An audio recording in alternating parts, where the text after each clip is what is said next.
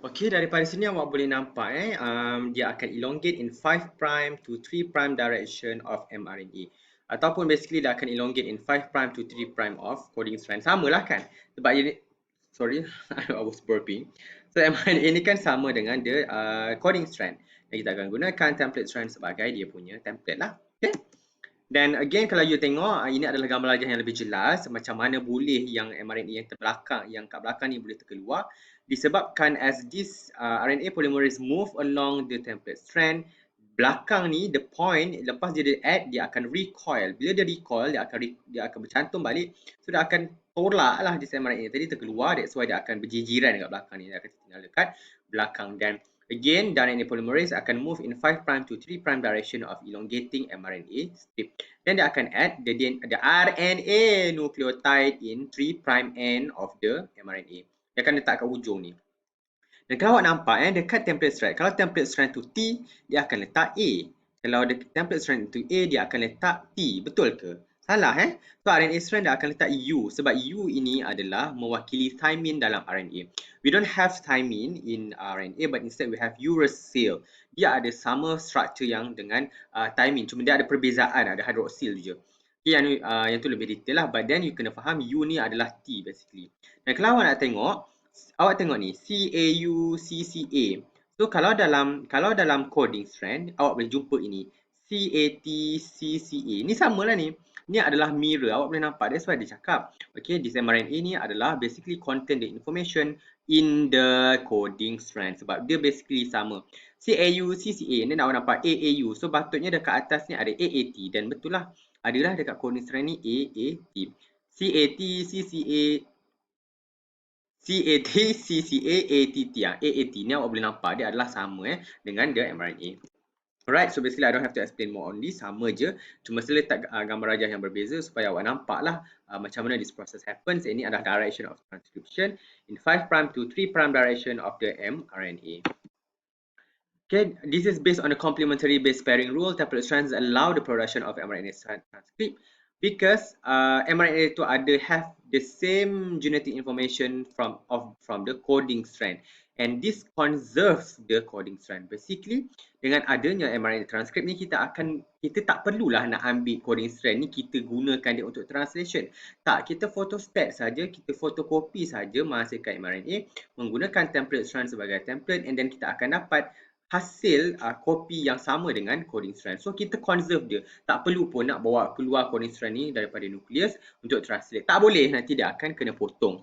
Okay, this is then allow the production of polypeptide. Eventually, apa yang berlaku ialah habis sahaja bila the RNA polymerase tadi dia akan walk along the in the 5' to 3' direction. Apa berlaku? Eventually akan adalah dalam dia akan dekat template strand itu. Dekat template strand tu akan ada banyak bases. Tetapi kalau dia jumpa one of these 3 bases, dia akan stop. Okay, these bases adalah dekat template strand itu. Kalau jumpa A, T, C, jumpa ATT, it meets ATT, Allah tekan. If it's found ATC, ATT, and ACT, if it's find any of these 3 bases, dia akan stop. RNA polymerase tadi dia jumpa je any of these 3 bases, dia akan habiskan transcript and then dia akan tercabut. Okay, transcription terminate stop when RNA polymerase reaches the stop signal ATC, ATT, ACT that is present on template strand. Dia akan jumpa ini dekat dalam template strand. If dia jumpa this sekiranya dia terjumpa these bases, dia akan stop, and then eventually dia akan menyebabkan apa berlaku, dia akan release the mRNA dan dia juga akan release the RNA polymerase. Dia akan tercabut lah senang cerita, and then DNA akan rewind, dia akan recoil balik lah, dia akan rewind kembali, dia dah tak terbuka lah. Okay, dan kalau awak nak tengok, okay, basically ini adalah contohnya. If let's say this mRNA is this RNA polymerase, dia jumpa ATC on the mRNA, ini adalah stop signal yang pertama. Sekiranya dia jumpa, dia akan habiskan transcription, then eventually dekat atas ini, awak tengok sini, sila tengok the mRNA, awak jangan tengok yang atas coding strand ni, awak tengok mRNA. Sekiranya dia akan jumpa this ATC, dia akan transcribe this A kepada U, T akan kepada A, dan C akan G. So dia akan become UAG. Dan awak kena faham, kalau dekat dalam dekat dalam template strand itu kita panggil stop signal ATC, dia akan menghasilkan UAG ataupun stop codon dekat mRNA. Okey, codon itu apa? Dia adalah triplet bases. Dia 3 bases ini kita panggil codon. Nanti saya akan explain lebih lanjut dalam translation. So 3 bases ini kita panggil codon. We code dalam DNA kita menghasilkan satu amino acid menggunakan 3 nukleus, 3 kod ini. This code ini kita panggil codon. UAG ini disebabkan dia terhasil bila RNA polymerase bertemu dengan stop signal jadi stop. That's why namanya adalah stop codon. UAG ini adalah stop codon yang pertama. Terhasil daripada transcription from the ATC which is the stop signal in termination. Yang ni saya dah buat table kat bawah. Okay? Itu adalah ATC. Tetapi awak kena ingat ada 3 lagi kan ATC dengan ATT and ACT. So the second stop signal, kalau dia jumpa ATT, if dia jumpa ATT dekat stop signal, eventually dia akan menghasilkan stop codon UAA. Okay? UA. Kalau tadi stop codon adalah UAG, ini adalah UA. Kau ingat ni, UA ini adalah stop codon yang present on mRNA. Kalau dekat mRNA kita tak panggil stop signal, kita panggil codon. Ingat, and on mRNA kita panggil codon, kita tak panggil signal, we call it codon. Okay, ATT dia akan menghasilkan stop codon UA. Itu adalah yang kedua. Dan kalau yang ketiga, stop signal yang ketiga, if let's say dia punya stop signal itu adalah ACT that is present on template strand DNA, dia akan menghasilkan stop codon UGA. A pair dengan U, C dengan G, T dengan A. So dia akan menghasilkan stop codon UGA. So basically ada 3 stop codon iaitu UAG, UAG dan UGA. Ini sangat penting dalam translation. Tolong faham. Okay, dia akan jumpa UAG, UGA. Ini adalah stop codon that is present on mRNA. Dalam template strand dia adalah kita panggil stop signal adalah tadi ACT, ATT dan ATC. ATT dan juga ACT. Alright. Itu adalah cerita pasal transcription. Basically bila saja dah habis transcription, DNA tadi dah akan released. Okay, mRNA tadi dah akan release. Habis saja ini mRNA tadi dah akan release kan. So apa yang berlaku dekat mRNA ini? Bila mRNA ini dah di-release dalam nukleus, basically dia akan undergo further process yang kita panggil mRNA processing. Ini berlaku di dalam eukaryotic cell. Dalam eukaryotic cell, mRNA kita ini special. Sebab sebenarnya kalau awak nak tahu, as I said, mRNA tadi dia adalah cerminan kepada DNA iaitu coding strand.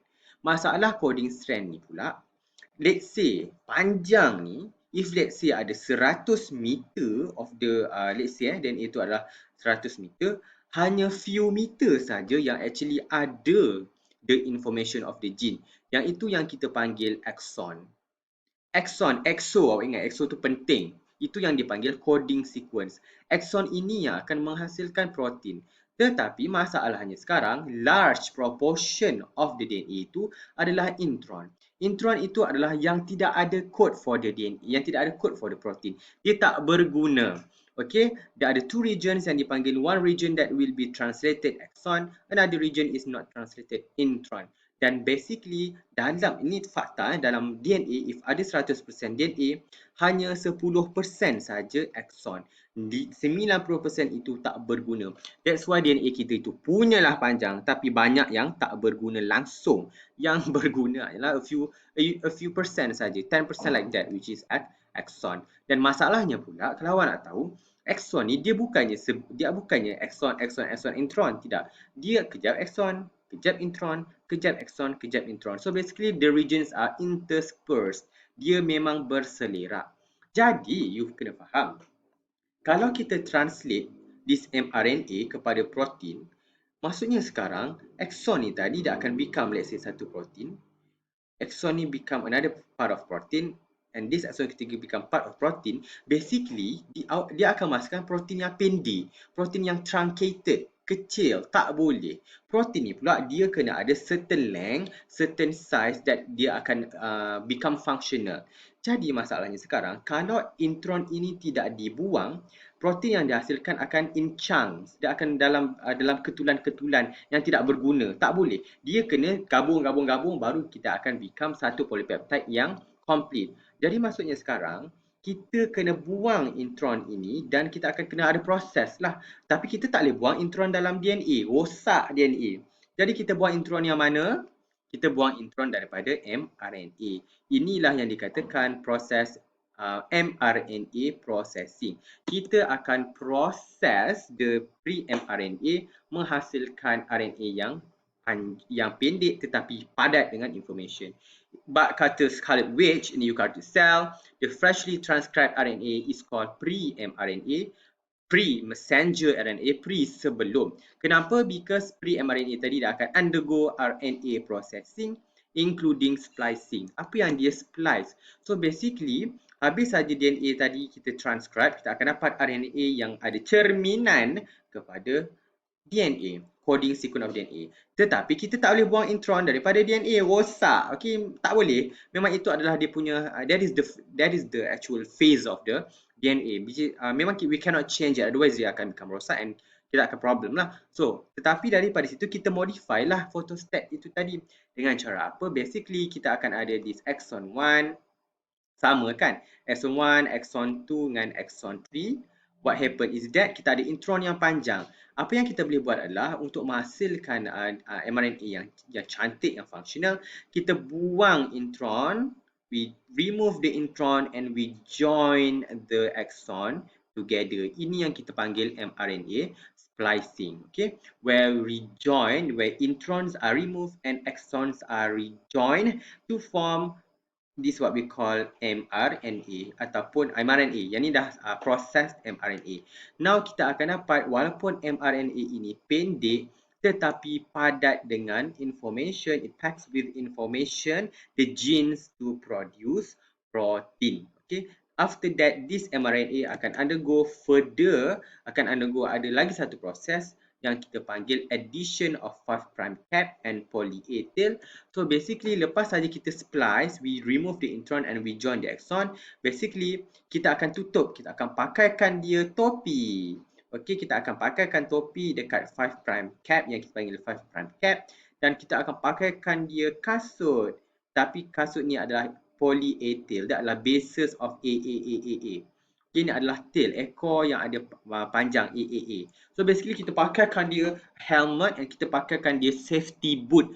Bila kita pakai helmet dan kita pakai safety boot, barulah kita boleh naik motor kan. Sama juga macam mRNA ni. So bila kita dah pakaikan dia cap, kita dah pakaikan dia poly A tail, barulah dia akan dibawa keluar daripada cytoplasm and ready untuk translate. Kenapa kita kena pakai cap and pakaikan dia poly A tail?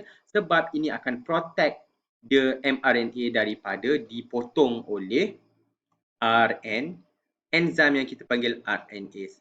RNase ni adalah enzim yang akan potong the mRNA, tetapi disebabkan dia dah pakai topi keleda and kasut boot, safety boot, jadi tidak bolehlah mRNA nak cut dia. Ini adalah how the molecule works.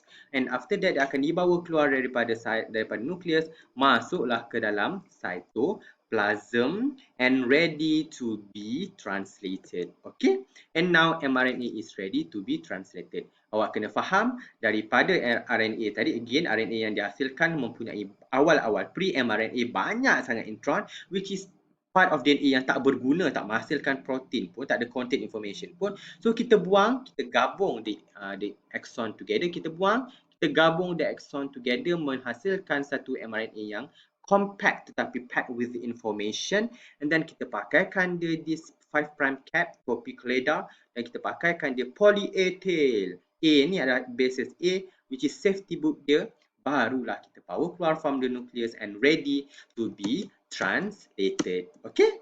Ini adalah proses dia. Kita buang the intron, we remove the intron, then we join the exon together, and then we add the 5' cap and poly A tail, and then after that this mRNA is ready to be translated. Okay? Now, Captain America ni kata, now we have the genetic information from the DNA in the form of messenger mRNA. So what's next? Apakah langkah seterusnya? Jadi kita dah ada hasil photostat. Jadi kita nak lakukan edit after that. Maka dengan itu akan adanya proses yang kita panggil translation.